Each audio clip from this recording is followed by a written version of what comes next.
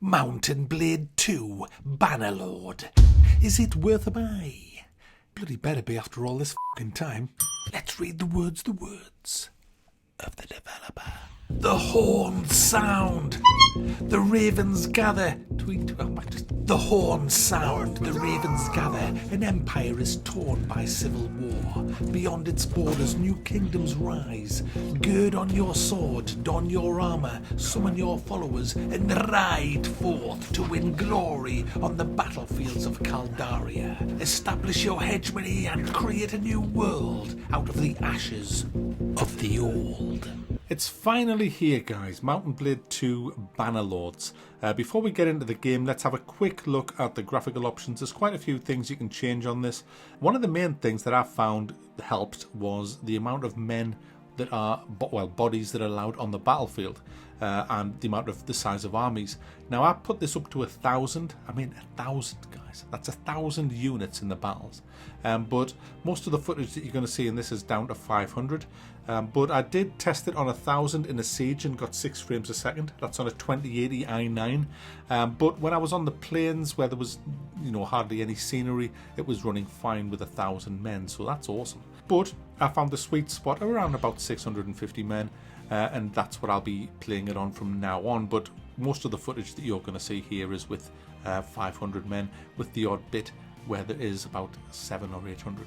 Graphically, it's a big improvement from Warband, and sound-wise it is as well. I mean, the sound is really, really good, especially the gargling of people choking on their own blood as I slit their throats with a polearm as I ride past on my war steed. It's just awesome, guys. The music's really good. It's very atmospheric as well. So overall, the graphics and sound really, really good. I mean, obviously you're not going to get next-gen graphics with a game that has like 1,000 men in it. You've got to be sensible about this. But for what it is, for the sheer scale of this game, the graphics, I think, are absolutely fantastic. You start the game, guys, with character creation. Now this is where you get to choose male or female and what they look like, but more importantly you get to choose their faction. The faction will decide what kind of a person that they're going to be, whether they're going to be using spears, swords. I mean, you can choose either. You can choose anything you like once you get into the game, but it's kind of how they start, where they're going to be on the map and things like that. Now after you've chose your faction, you choose your backstory, your parents, where you came from and all of that, but what it really means is looking at the attributes that you get and the points that you get to put in, because it's an RPG, it's a very deep RPG as well. So you get a whole load of stuff that you can customize on how your guy is. Is he good at one-handed, two-handed, with a bow, with horses? Is he a good engineer, able to create siege engines? Is he a good scout, able to see a long way on the map? Is he good with trader? You're not really a fighter, you're just a trader. You're going to get other people to do your dirty work, and all you're going to do is count the money, and then ride onto the battlefield like a big fat fucker, eating your sausages and things like that, and just sitting, archers, attack, cavalry, go on, I'm paying you, go on, kill yourselves.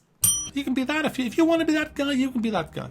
I mean, you don't have to lift a finger in combat. That's the beauty of this game.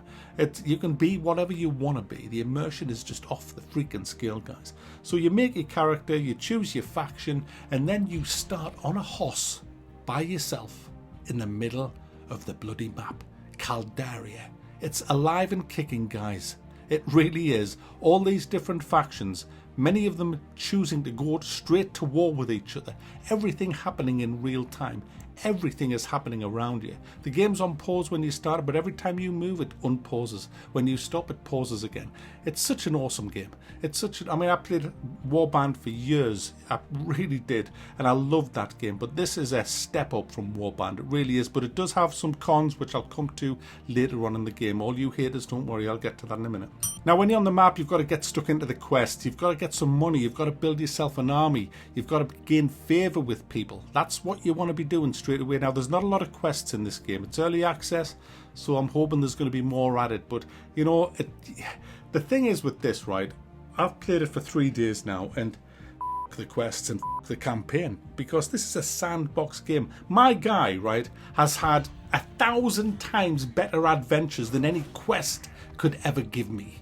He has just, I wish I could just tell you his story. Maybe I'll do a separate video just round a campfire telling you the story of Uthar Bloodsplatterer III. Because my goodness, what a life he's had in the last 3 days. Insane, guys. I mean, my saved games in this game is called Revenge, Behead the Bastard, Oh No I'm F***ed. That's when you know you're playing a good f***ing game. So the quests, there's not a lot of different quests. Some of them are bugged as well. But you work your way through the main campaign and you get to the banner, the sacred banner, the torn pieces of the banner, and you assemble them and become a Bannerlord. And you're meant to kind of give that to your king, but I kept it for myself, for when I bring my own kingdom to power. But for the purpose of this review, I had to fly through the game, doing things I would never normally do. I haven't even chatted up a girl yet to get married. I've just been killing everybody with me poleaxe. So just to try and get a decent sized army for this actual review so I can show you some half decent combat. But I'm deleting that character and starting the whole thing again once this review goes live, and I'm going to do the game properly, which means that I'll spend a bit more time in the diplomacy. There's a lot of things added that weren't in Warband. You've got politics now, guys, and you can also vote. When you take over a castle, you can vote who gets it. It's great. You get influence points that you can spend voting for different things that happen. You can set laws and people vote to say, yeah, we should have that law, you know. It's really good, the way that they've designed this game. There's a lot of new stuff. The new interface is fantastic compared to the old one as well. It's a bit laggy when you're switching between windows, which kind of sucks, but it is a really good interface compared to, well, it couldn't get much worse, let's be fair. There's also an in-game encyclopedia. You press N and you can just track any settlement, any faction, any person, any companion. It's just, oh guys, it's so damn good. It really, really is. And you want to be tracking them companions because they're very important that you get the right companions by your side. Mine, I've got 2 fighters. I've got a scout and I can't even remember what the other one is, but you really do need some decent, a healer, that's what it is. I've got a surgeon, and you assign them in your clan. Clans are great. You've got your own clan. Mine's the Bloodsplatter clan. And guys, there's so much I want to tell you about. That's not important. Let's get on to how you actually play. You need wealth. You need money. And getting money I found easier in this game than it is in Warband because there's so many different ways you can get money in this game. I've had a great trade route that I was going from north to south, just buying low, selling high, and I had a good bit of earnings on the return journey as well, and I soon made enough money to invest in a caravan, which really pays dividends after about a week. And then I bought some workshops in cities, but I found my main loot was coming when I got a decent sized army, and I was just attacking people, attacking armies, and just stealing everything they had, and then just selling it, selling prisoners and selling all the contraband that I got off them. I soon made over 100,000, and I was able to buy some really good gear. I got kind of lucky with some of the gear. I found a fantastic polearm and some of the decent armor and some decent horses. So I got my army well kitted out. Well, when I say army, me companions, because you have to put their own attributes in, you put their own armor on them, you've got to kit them out well, and they'll look after you. They really will. Now the combat in this game, it's kind of disappointing and amazing at the same time. The AI definitely needs some work in this game, but that's only when you're really in an army and someone's trying to give you orders. The orders are f***ed up, and I just don't even listen to them. I just know best. I know better than them, and so I just do my own thing. But when I'm in charge of the army, we hardly ever lose because I kind of know the tactics. The tactics is the same tactics I used in Warband for many a year. Just getting your infantry in front of your archers, get your archers up on a height, and then flank the bastards with your cavalry. It never bloody fails. It's really good fun, and if you're decent on a horse, and I'm getting there, I was shite at first, but I'm half decent now, especially with a polearm, you can really impact the way a battle goes as well. And guys, there's just something amazing about just being outnumbered on the battlefield and just telling your infantry to go over there, your archers over there, cavalry follow me, and you're just looking at the enemy. They haven't seen you, maybe way off to the right flank or something, and then they start attacking your main body, and you just charge in from the flank and just start decimating their archers from behind.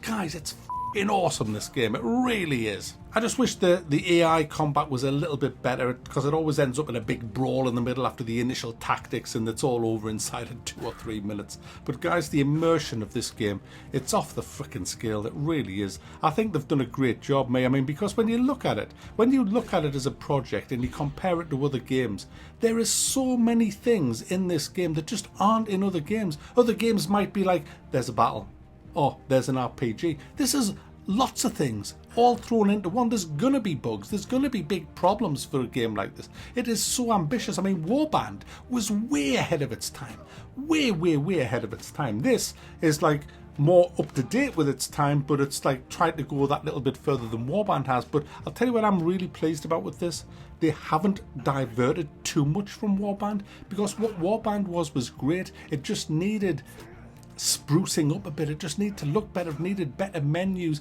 It needed better AI. And obviously a few of them things that failed on. There's a lot of bugs in this game. Some of them are hilarious, some of the visual ones. But the patches have been coming out really thick and fast. I mean, it's had 5 patches since I started playing it. And a lot of the things that other people have been really pissed off with, I've never experienced because it's been fixed before I got to that bit of the game. So I've kind of been lucky in that respect, that I was 2 days later than everybody else in actually playing this game. But I still have come across bugged missions, bugged visuals, shoddy AI, and I had one quest that was a big siege that just would never stop loading, and so I had to kind of end task the game. But I'm confident over the next year, and they reckon it's going to be in early access for another year, and it's fully moddable. I think the end result is just going to be insanely good, guys. So there you go, guys. That's kind of like a first look at Mountain Blade 2 Bannerlords. There's so much more I could talk about in this, but I want to get stuck into it a little bit more and get back into the and do more of the backstory things, get talking to the nobles, start doing a bit more of the politics, get married, get my own legacy going, and then I'll probably come back and do another video on it, see how the game's progressing in a few months' time. But as it stands now, there's not a better game to be playing under lockdown, because this game will just absorb you for hundreds of hours if you let it. It's a sandbox game. It makes its own story, guys. You don't really need a campaign that tells a fantastic story like you would get in most other RPGs. You are the story. You are the main star of the story, and you decide what your story is by what you do. That's the thing with this game. You shouldn't be pushed along with a story. This is a sandbox game. You make your own legacy in this game, and that's what I like about it. My guy has been through so much hardship, but he's had so many fucking victories and revenge. Oh, some guys, I tracked them around the whole fucking map to get them. They imprisoned one of my companions who was in charge of the caravan. She was a really nice girl. She was not a hater. She had all the right attributes, and he fucking attacked my caravan, and he fucking slay everybody and took her and threw her in a fucking dungeon, and I tracked the down, and not only did I fucking kill him, but I killed his fucking son as well. Sorry guys, I just get carried away with this game. But it's really, really good and definitely worth a buy. And hey, if you're into this kind of game, there's a link in the description. You can get it 19% off from Green Man Gaming. It not only helps this channel, but you'll get the game cheaper. And hey, at this minute in time, everybody's trying to save money. You will still get a Steam key for it as well. So there you go, guys. Mountain Blade 2 Bannerlords, definitely worth a buy, despite all the bugs and problems. Man, this is going to be a freaking awesome game when it's finished.